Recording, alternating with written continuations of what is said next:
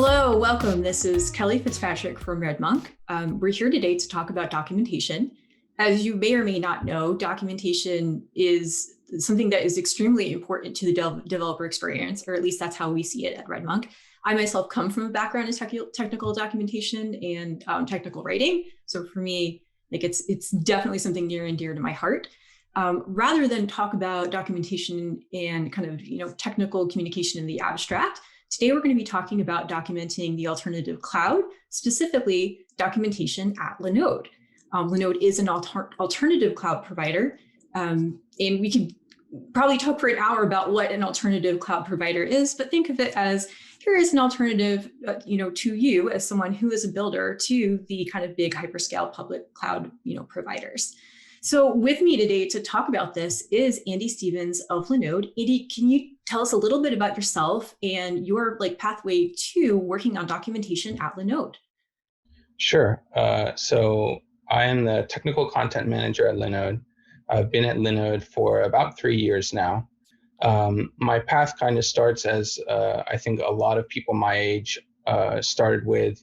I was very technically minded when I was growing up, had a computer, had the internet early on, and kind of taught myself the ways of the web, building websites and things like that.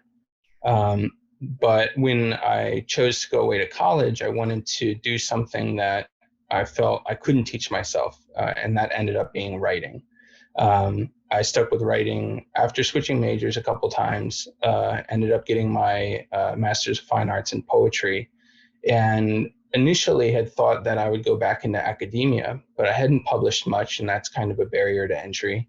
And Linode had this opportunity where I could write really cool Linux guides and tutorials, and I thought, this is like the best of both worlds. I get to do computer stuff, I get to write, and so it stuck, and so I've been here ever since. Your story is very familiar to me. I actually moved from academia, specifically, back into tech. And yeah, publishing there and publishing here is very different. For whatever reason. So tell us a little bit about the role of documentation, at Linode, and how important is good user documentation to an alternative cloud provider, especially. That's a great question. Documentation to all cloud providers is very important. One of the key things that you have to think about when you're thinking about cloud providers, cloud services, is it's almost a commodity, just like electricity. But whereas to take advantage of electricity, you just need to learn how to plug a cord into a wall socket. The cloud can be complex, and there's a lot of knowledge that goes into understanding the best way to use and fully utilize cloud resources, I guess I'll call them. So something that the alternative cloud and the more hyperscaler level of clouds get right is the product documentation. If someone has never spun up a server before, maybe they're coming from a shared WordPress hosting or something like that, it's good to have documentation that shows you how to create a server, how to set up DNS records, how to use Apache or Nginx or something like that. That's where the similarities, I would say, between alternative cloud providers and hyperscale providers end. I think that there's an assumption amongst a lot of people that you kind of graduate to AWS or GCP, and once you've reached kind of critical mass in what you're doing. And so the documentation is there for people who already have an idea of pretty much what to do. The alternative cloud providers have seen this as a mistake that needs correcting, I guess. If you're coming to us as a student or a new developer or a hobbyist or something like that, you might not realize all the things the cloud can be utilized for. So you might set it up. I use an example of a restaurant. You have a static website that has contact information for the restaurant, the menus, things like that. But then the alternative cloud providers have these great libraries where you can learn how to set up a VPN for security and privacy, how to set up a game server with your friends, how to do file sharing amongst family members for all of your family photos. The possibilities are kind of endless. And there's less of this assumption that you know what you're doing. Now, we do have different levels of guides, obviously, where we try to level up a user as they go from the very basics to the kind of big brain stuff. At the end of the day, the job of documentation is to offer a frictionless kind of environment for someone to truly get their feet wet, to get started, and to become more educated. And that's, I guess, the less spoken to product of alternative cloud providers. It's not just servers and storage and things like that. It's also education. Yeah. You want to make someone a better customer by providing this kind of free service. Yeah, and I love the idea of having the different starting points and the different pathways. So whether you're just kind of getting started with Linode, or you already kind of have an idea of what's going on and are looking for slightly more advanced content, it sounds like you have everything covered. So there's this great blog post up on the Linode blog about docs as code at Linode, and I've written about that post before. Can you just tell us a little bit about that process and maybe some of the tools that you're using? Sure. So the methodology we employ is docs as code. And what that basically means is that we treat our documentation how an engineering or developer team would treat their code.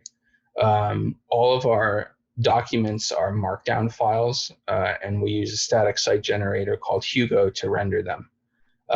This means that we can store all of our documentation on a GitHub repository, which is open source and anyone can contribute to.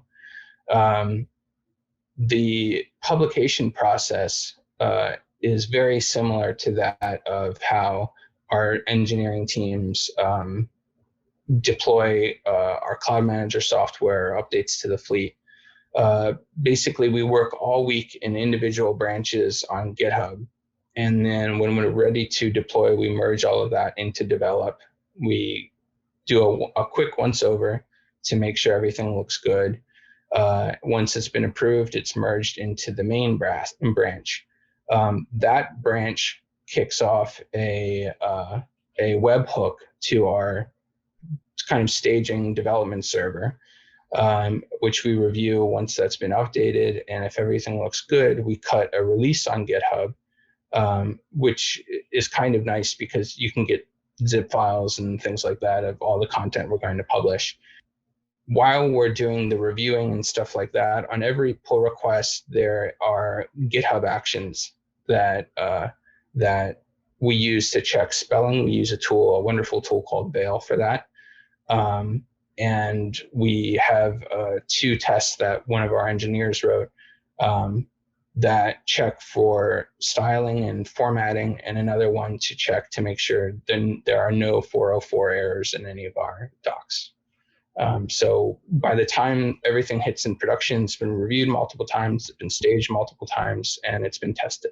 So in terms of so talking about processes of getting documentation kind of out the door and published, but in terms of processes from another point of view, one thing that we see time and time again, especially from organizations that have been around a while, is doc sprawl. So everything is out there and no one has any understanding of where it is and how it's being used. How do you at Linode avoid doc sprawl? That's a really good question. The answer is we do a couple of different things and we keep trying new things. One of the patterns that I think a lot of documentation teams fall into is the versioning of certain documentation, which is a great practice in and of itself, but something might be picked up by Google, and so that search result might lead to outdated documentation. So for product documentation, we've been moving a lot of the product documentation into a single spot on our website where it's kind of evergreen and updated in place. So for product documentation, we avoid sprawl that way. For our guides and tutorials, which are much more rooted in the kind of Ubuntu 16.04, Ubuntu 18.04, and they have slightly different instructions for each one.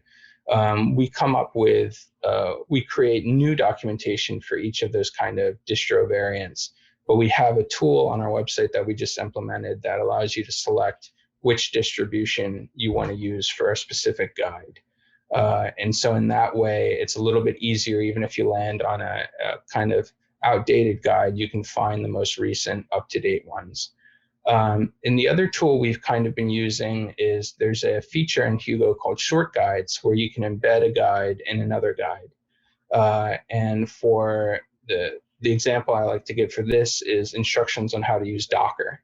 You know, a lot of software out there is using Docker, and we don't want to write instructions for every guide that we would then go have to update. So we update our one Docker short guide, and when the site is built, that gets generated into each of the guides that include it. So it's a little bit easier to keep them up to date and reduces the kind of toolbar mess that people get with all of their tabs open. Yeah, it is a nice alternative to just hyperlinks to, all of the different things that you might need. So another kind of maybe more meta question, but any advice you would give to organizations that are trying to improve their documentation, especially for developers? Yeah, I think that if you can kind of have a couple rules of thumb, you can make really good documentation. One is that you can't assume the world of your reader. A lot of times when you'll find documentation, it's written from the perspective of someone who wrote the code. And so obviously everything seems to make sense.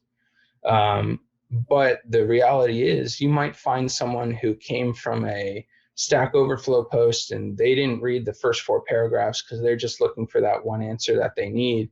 And they get there and it doesn't happen automatically for them. So if you can become exhaustive and just lace your documentation with examples, especially if if you're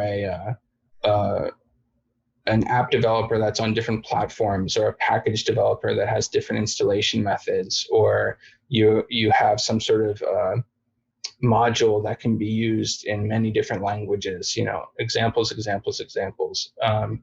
The other thing is you want to be technically proficient, but you also want to have that level of humanity in it. Taking the time to use plain speech to explain a difficult topic or offer some sort of other learning method. Maybe there's a YouTube video that does it really well. Maybe there's a slide deck that you could link to. You want to meet the person where they are, not where you want them to be. So if you can kind of consistently have that thought in the back of your mind, like, well, who am I really writing this for? You can kind of, as I said, kind of meet them where they are and make for a better consumer of your product. Yeah, that is great advice, and similar to advice we give people all the time. It's like you need to meet developers where they are. Of course, not all Linode users are necessarily developers, but meet your users where they are. Mm-hmm.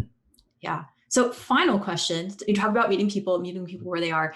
Based on your background, do you have a favorite poem or poet? I switch around on my poets all the time, but there's one poem that I come back to all the time. It's called Lying in a Hammock at William Duffy's Farm in Pine Island, Minnesota.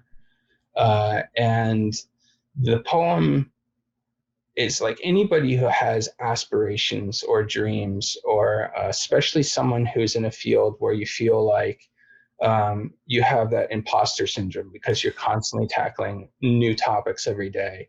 It's one of those poems that it's kind of funny. The last line is something like, "I have wasted my life," or something like that. It's a very nice, beautiful poem. And it's just that feeling that the fact that James Wright wrote that, it's like, yeah, there are other people out there who want to do more with their lives. They want to succeed in other ways. They want to constantly be moving forward. And it's okay to say at the end of the day, like, yeah, I could do more. So it's, even though it's kind of a funny, kind of a downer poem, to me, it proves that there's a lot of possibility left. Well, thank you so much for spending some time chatting with me today. This was great. We talked a lot about technical documentation, and we got to talk about poetry, and a little bit more about what it's like to document the alternative cloud.